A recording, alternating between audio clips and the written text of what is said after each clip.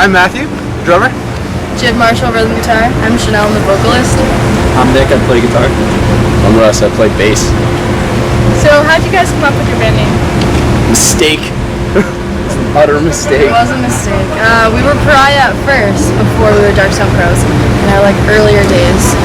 And Russ was like, you know what, let's change the band name, because marketing is really tough with Pariah, because everybody and their grandma has a band called Pariah. So anyway, he thought of Darkstone Crows, and I was stumbling upon my words, especially one day, and said Darkstone Crows, and he's like, yo, I like it, and then, yeah, everybody in the band just said, it's pretty cool. So, what genre would you classify your Well, that's tough. This is What's our the favorite hardest question. question? This is our favorite question. We hate this question. We fight over this all the time. I'd say alternative metal. I think that's the best way to say it. Yeah? I think so, because we can combine rock, we can combine progressive, we can combine metal, we can combine a bunch of aspects to it. So alternative rock, I guess that's generic enough to We just found our genre titles, so that's a big moment. Hey, There you go. yeah. We're with our newer material, we're focusing a lot more on melody and the groove, the lyrics, and just trying to develop something more than just what Matt would call butt metal, I guess. How do you describe butt metal? Okay, let's not do it's generic. This is a waste of time. Butt metal is just ordinary metal. We want to be above and beyond. Alright, we're trying to branch out, right? Yeah. How did you guys meet? The internet. Jib and I actually met at this music school we were both at. She was in for songwriting lessons, and I was in for vocal lessons. And, there was this band chops program there, founded by Mike Syracusa. And he basically you'd go in an audition and he would pair you up with other musicians of your caliber and genre and age and all that. So Jib and I actually got paired together with a few other members. And from there, we just branched off outside of the school, played some shows. The lineup switched a lot, and now we're here. We found Russ on Bandcamp. It was an online musician hookup thing where basically if you were missing a musician, everyone was always missing a bass player. And then, That is true. I think I had something ridiculous 32 requests, and out of all 32, I was these guys. Down there, buddy. So it's Tinder. Seriously. Okay. Basically, but there's no kissing or nothing. And then Russ found Matt at a music store when Russ was buying drumsticks. Because I was filling in on drums at the time. And then me and Nick used to be in a band together. So I brought Nick in from previous endeavors that failed. Yeah, simply put. What's your favorite venue to perform at? I really liked the Mod Club. That was really cool. It's got a really, I don't know, it looks really nice, sounds really good. We had someone doing sound on stage, so that was super cool. Nice high stage. Yeah, That's always a plus. I think my favorite was the Mod Club. I also love the Rock Pile, but we basically live there, so kind of biased. Got a lot of good friends at the Rock. Yeah. I like the Phoenix, but it smells funny sometimes. Yeah, that's true. Don't all venues smell funny though? No, but the musicians Phoenix has a live specific stench that just. Yeah, sweaty musician. We all know the smell. But it's more than that. It's sweat like the sweaty same musician peeing in a corner. So Yeah, I don't know. there's the sweat. Anyway. Lee's Palace was also cool. Yeah, Lee's Palace that was the highest stage I would play. I think my personal favorite was the Mod Club though. Yeah, definitely. That was a good show too. Yeah. The Rock Pile kind of has this community and they're really doing what they can to build the scene. So I mean that's personally why I feel so attached to the Rock Pile, because you feel like you're making a difference in the scene, in my opinion. So yeah, I give it to the Rock Pile. What's your favorite song to play live? Definitely Peace of Mind. That's the last one we play. It's our newest off the new album. And by far, it's just the most intricate. It's our biggest work of art, if you ask me. It's amazing. I think mine would definitely be a cross between Into the Flood and Eyes of the Doll. I'm gonna say Eyes of the Doll, because although it's not very intricate on the guitar, I think the artistry behind that song in terms of Chanel's vocal line and the lyrics, the subject matter is very eerie and very dark, and I think that, yeah, it's definitely my favorite song to play. My favorite's Peace of Mind. The vocal line kicks my ass, but yeah, that's definitely my favorite to sing. The lyrics and all, just I feel like I actually know every single part in that song, and I'm actually listening to what everyone's doing for I'm once. sorry, that's such a vocalist. And I just feel like everyone's just at their best in that song, and it just gets to me that one. So I'm gonna say Peace of Mind. Probably Peace of Mind, because Peace of Mind, when I joined the band, it was like it was shown to me, and they were like, "Hey, what do you think?"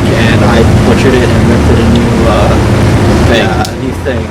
I took it right apart, and in like 2 days, I'd rewritten half the song and added my own stuff into it, which is something I'd never done before in the band's work, especially until more production-based stuff. So I started really getting into that, and then as it started just coming together, more and more ideas started flowing into it. And there's some really interesting ways that we play around with timings and with how just everything works. Plus, again, it showcases everybody really well. Like, with lead lines, I like them to be tasteful too. Like, I don't like a full shred fest every time.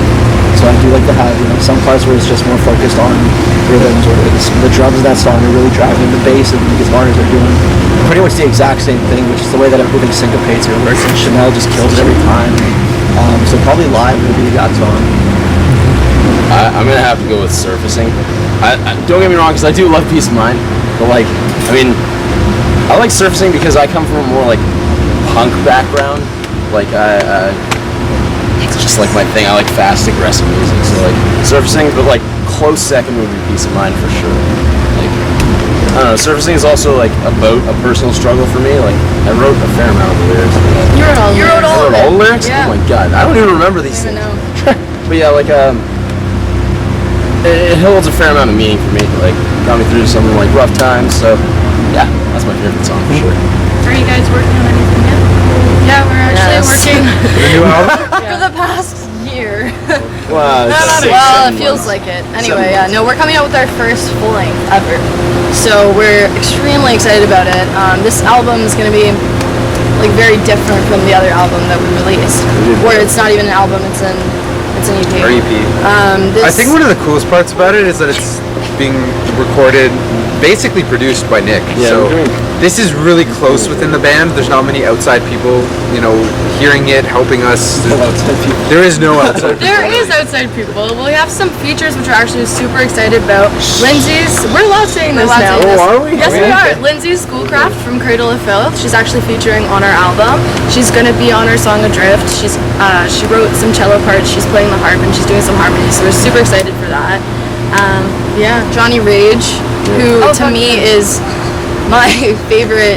He's actually my favorite harsh vocalist ever. Well, there's Randy Blythe, and then there's also Johnny Rage. So we have a few select areas in our music where we have the harsh vocals, and he's going to be doing that, and I'm really excited for that. He's damn good. He is amazing. Yeah, amazing. He's kind soul too. Yeah. What's been your biggest challenge as a band? Finding a steady lineup. Definitely. Well, I'm not going to speak for everyone, Yeah, but here. yeah. Those stages, if you want to just get that in the picture. Yeah. I think that finding really we're all very strongly opinionated individuals, and I think working together as a team is not always easy. So I think finding the right 5 people to be in a band with, because a band is like a family, right? So you have to really find your people that you gel with, not only from a friendship perspective, but obviously music, and and then gear. It's expensive. So What do you guys do outside of music?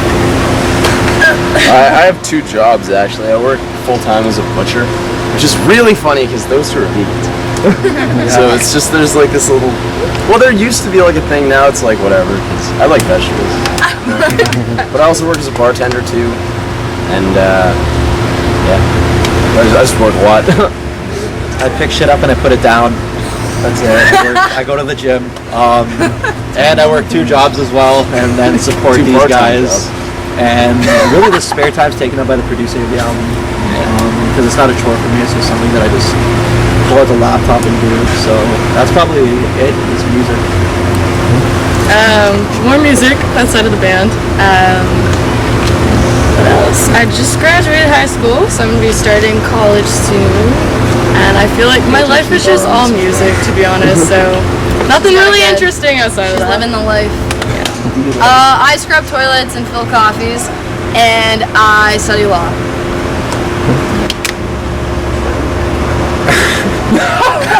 I'm trying to think of a cool way to describe my job. I have 2 jobs that are just pretty shitty, if you ask me. But I play music outside of work, so I can't complain. I have fingers that work, guitars that work, drums that make noise. I'm happy. Okay, great. So last question. After today, when will you be performing next? July 30th at the Rock Pile, opening up for Jeff Martin of the Tea Party. So hit us up for tickets. They're extraordinarily expensive. Yeah, it's gonna be at the Rock Pile West, and I think we're all very excited for it. It's gonna be a cool show. Jeff Martin, Jeff the Tea Party's a tea party, Yeah, so it's gonna be he's even more Phrygian than I am. So Nobody knows what that means. it's a mode. It's a mode. If you know what Phrygian means, I'll be impressed. cool. I'll be impressed. So any last words? Thank you you. for Thank interviewing us. You're awesome. Thanks for coming down. Mix so with much. blubber, augment, and tweak will be my final words. What? He's an Aquarius. It's from Harry Potter. I don't even. Oh. Catch us at our next show. We got the album coming out. What else? You can follow us on Instagram. We can follow our personal accounts on Instagram. Twitter, we have a band page and we have personal pages as well. We're starting to get more like purely band personal pages too, as well as like personal. Too many personal shit. And Instagram's Facebook. always fun. Facebook's always the best way to contact us for bookings, for any kind of questions about what's happening and where we're going to be next. So social media, absolutely. We do birthday parties. We've never done that, We've never been asked to. We do party tricks. Awesome. All right. Awesome. Thank you so much. so Thank you. much. Seriously, thank you.